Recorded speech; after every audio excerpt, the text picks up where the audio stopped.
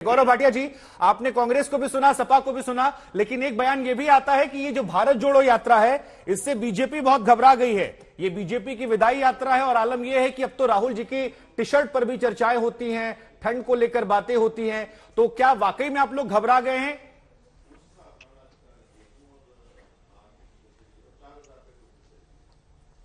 शुभांकर जी, अब अगर आप और मीडिया और कुछ राजनीतिक दल जो पिटे हुए मोहरे हैं बार बार ये कहते रहें कि बीजेपी घबराई हुई है, तो वो घबरा नहीं जाती है।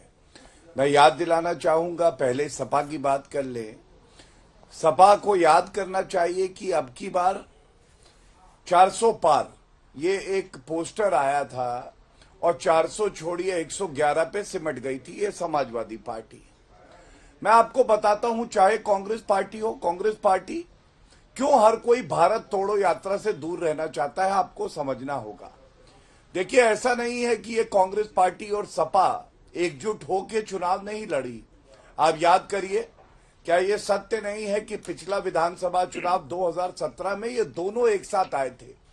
दो दगे हुए कारतूस अगर साथ आते हैं तो वो बम का गोला नहीं बनेंगे, वो पंचर साइकिल ही रहेगी जिसका हैंडल टूटा है, उस पे पंजा आया और ये लोग जनता ने नकार दिए। अब मैं आपको एक बात बताता हूं, आप भारत तोड़ो यात्रा का अध्ययन करिए।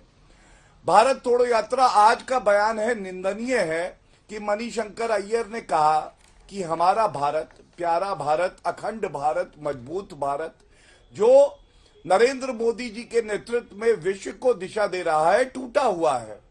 सरदार पटेल जी का अपमान नहीं है क्या? ये कैसे टूटा है, ये पूछा जाना चाहिए। दूसरी बात, आप बताइए, चाटुकारिता की पराकाष्ठा कल देखी। भगवान राम से राहुल गांधी की तुलना कर दी, बाद में पलट गए। जॉर्ज पोनैया जो कहते हैं मैं चप्पल पहनता हूं क्योंकि अगर भारत माता की धरती से मेरा पैर छुआ तो वो गंदा हो जाएगा। ये है भारत तोड़ो यात्रा। आप कह रहे हैं भारत तोड़ो यात्रा है सर, लेकिन जो आप बाकी बातें कर रहे हैं, हमने यूपी में योगी आदित्यनाथ जी का मंदिर भी देखा और बहुत सारे नेता ऐसे हैं जो नरेंद्र मोदी जी को अवतार बताते हैं या फिर फादर ऑफ इंडिया बता देते हैं। सर, राजनेता में कई नेता होते हैं जो अपने नेता की चाटुकारिता, जिसको आप कह रहे हैं, उसको करते हैं। मैं आ रहा हूं सर, एक सवाल मेरे मन में आपको लेकर है कि क्या राहुल जी की लोकप्रियता बढ़ी है? आप मत, मेरी बात पूरी हो, सर मैंने आपको 1 मिनट से ऊपर मेरी बात पहले पूरी हो जाए फिर आप आगे जाइएगा। 2 लोगों का उत्तर देना है मुझे, मैं केवल आधा मिनट आपसे मांगता हूं, मेरी बात पूरी हो जाने दीजिए कृपया करके। धन्यवाद।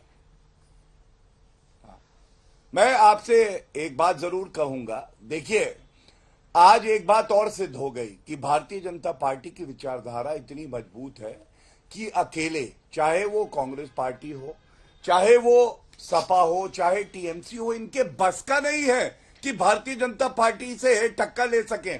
और ये तस्वीर देखिए, इससे पहले भी ये चाइनीज झालर के फ्यूज बल्ब सारे साथ आए थे। ये बात अलग है, रोशनी नहीं आई क्योंकि मिल बैठे हैं जुगनू सारे। ऐलान ये है कि आओ सूरज को हटाया जाए। और इसमें अखिलेश यादव भी हैं, इसमें कांग्रेस पार्टी के नेता भी हैं और टीएमसी के भी नेता हैं।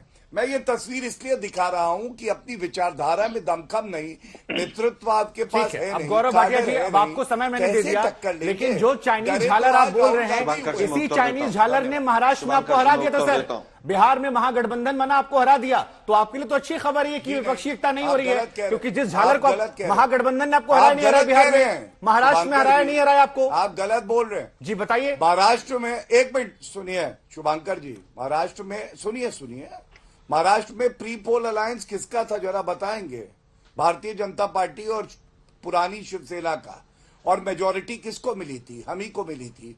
उसके बाद पलटू राम सोनिया सेना बन गए शिवसेना वाले, तो उसमें हमारी गलती नहीं है। जनादेश क्या था, चेक करा लीजिए। आपका फॉर्मूला सर उन्होंने आप पर अपना दिया, बता दें। वो कई राज्यों में आपका फॉर्मूला था जो उसको कहते हैं कि हमने आप पर अपना दिया, लेकिन ठीक है, ठीक है सर, आप ठीक है, आप ठीक है, आप सही बात कह रहे हैं, लेकिन बिहार में वो चीजें हुई थी और वो हमने देखी भी थी। लेकिन हमारे साथ टीएमसी से भी एक नेता है, उनके पास भी चलते हैं। सर, तीसरे मोर्चे की बार बार बात होती है और दो, क्योंकि यहां पर अगर हम यूपी और एनडीए का आंकड़ा देखें तो फिलहाल यूपीए के पास 113 सीटें हैं, लेकिन ऐसी पार्टियां जो अलग अलग हैं उनके पास भी 101 सांसद हैं। आप लोग को नहीं लगता कि अगर बड़ी लड़ाई लड़नी है पुरोहित जी, तो फिर एक छाते के नीचे आना पड़ेगा, जैसे यूपीए 1 या यूपीए 2 था? और अगर नहीं आ रहे तो वहां से फिर बीजेपी से लड़ाई कैसे होगी, क्योंकि बीजेपी इंडिपेंडेंट भी अपने आप में 302 सांसद लेकर बैठी है, जो उसके पास सफिशिएंट है उस मैजिक नंबर को पाने के लिए जिस पे सरकार बन सकती है मौजूदा स्थिति में। आगे चुनाव भी होगा, वो उनके अपने एजेंडे होंगे, ताकत होगी, क्या होगा देखा जाएगा, लेकिन प्लानिंग के हिसाब से मैं बात कर रहा हूं।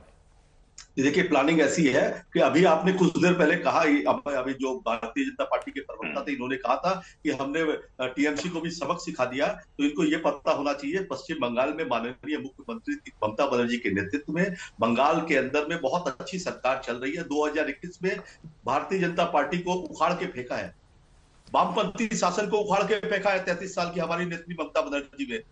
आपको देखना पड़ेगा कि 2024 का जो चुनाव है, ये भारत की जनता वर्सेस भारतीय जनता पार्टी होने वाला है। ये तो अब कांग्रेस को सोचना है, कांग्रेस को भी सोचना चाहिए कि हमारे साथ में जो कॉमन मिनिमम प्रोग्राम वाली पार्टियां हैं उनके साथ बैठे। मगर चूंकि बंगाल में आप यात्रा कर रहे हैं, बंगाल में आपको सोचना पड़ेगा कि कांग्रेस की प्रासंगिकता कहां है। कांग्रेस की 2021 में कितनी सीटें आई है?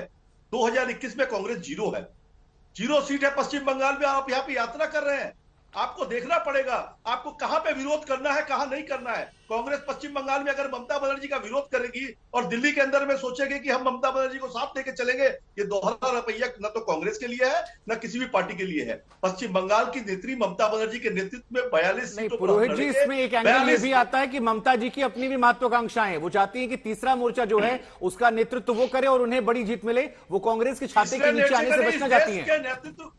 इस देश को नेतृत्व करने की क्षमता है ममता बनर्जी में, ममता बनर्जी में वो क्षमता है।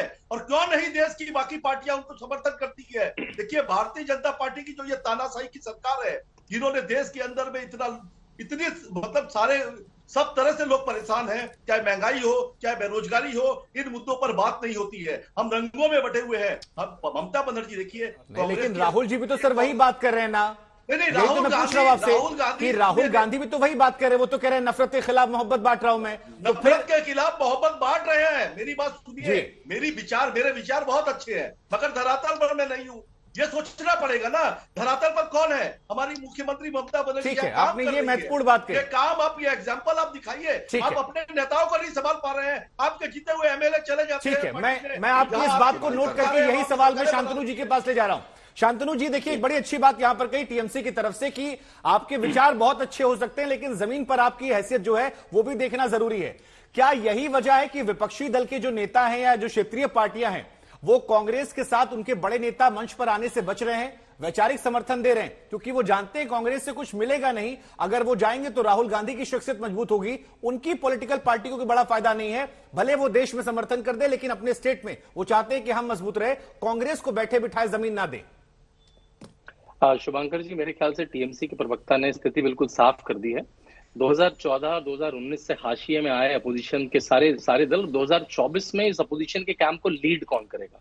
और अगर आसान शब्दों में कहें तो नरेंद्र मोदी के अगेंस्ट में प्राइम मिनिस्टर का चेहरा कौन होगा अपोजिशन का, उसकी कवायद में रहे हैं। राहुल गांधी उसके लिए भारत जोड़ो यात्रा कर रहे हैं, प्रवक्ता बैठकर ममता बनर्जी को नेतृत्व दे रहे हैं। नीतीश कुमार ने तो एनडीए से ही पल्ला झाड़ लिया और तेजस्वी यादव की गोदी में चले गए, जिससे वो कैंडिडेट बन सके। टीआरएस कह रही है हम अपनी पार्टी का नाम बीआरएस रख देंगे, जिससे वो भारत की पार्टी बन सके। आम आदमी पार्टी कह रही है हम नेशनल पार्टी हो गए हैं। तो यहाँ पे कवायद ये है, इनको प्रधानमंत्री का पद लेके कोई देश की सेवा नहीं करनी है, वो एक बड़ी लॉलीपॉप है सबके लिए कि भाई वो लॉलीपॉप किसके हाथ लगी, कौन विपक्ष की को लीड करेगा, कौन सी पार्टी, कौन सा चेहरा होगा, उसी के लिए सारी कवायद लग रही है। तो जहां उनको लग रहा है राहुल गांधी का थोड़ा ग्राफ बढ़ रहा है, हम पीछे हो जाएं, हम क्यों उनके साथ जुड़े। तो मेरे ख्याल से यही कहा हुआ था कि कौन रुमाल डालेगा और कौन एक अम्ब्रेला बनेगा जिसके अंडर में सारे अपोजिशन दल आएंगे, उसी की कवायद लगी है। नहीं तो फिर ये भारत जोड़ो यात्रा जो है, क्या इससे अगर हम मतलब देखिए, कांग्रेस पार्टी तो कहेगी देश की यात्रा है, लेकिन क्या हम और आप इसे कह सकते हैं कि ये एक पॉलिटिकल पार्टी को मजबूत करने की यात्रा है, राहुल गांधी को एक नए सिरे से रिलॉन्च करने की, एक मजबूत शख्सियत दिखाने की केवल यात्रा है? इसमें कोई शक ही नहीं शुभंकर जी। हमने राहुल गांधी को हर 2 महीने, हर 6 महीने, हर साल लॉन्च रिलॉन्च होते देखा है। उसी अनगिनत रिलॉन्च में एक और रिलॉन्च है इस बार। हाँ, एक बार उनको क्रेडिट देना पड़ेगा, थोड़ी मेहनत कर रहे हैं वो, कम से कम सड़क पर निकले, लोगों से देख रहे हैं, कांग्रेस को मजबूती मिले, कम से कम राहुल गांधी को भारत की थोड़ी समझ आ जाएगी। ठीक है।